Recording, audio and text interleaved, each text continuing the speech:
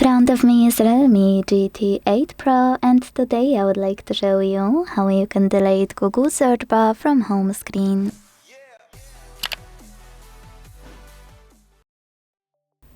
All you need to do is hold your search bar and wait for this pop-up to show.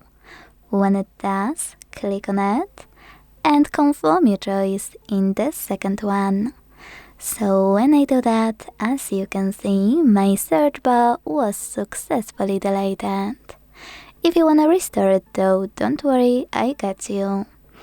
Hold your device's display until you see all of those options. When you do, hit Widgets at the bottom left corner. Then click on G on the right.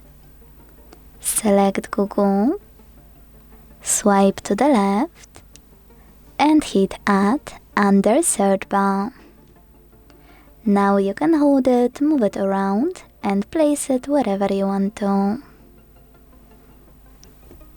Thanks so much for watching. If you enjoyed this video, leave a like, comment, and subscribe. Bye!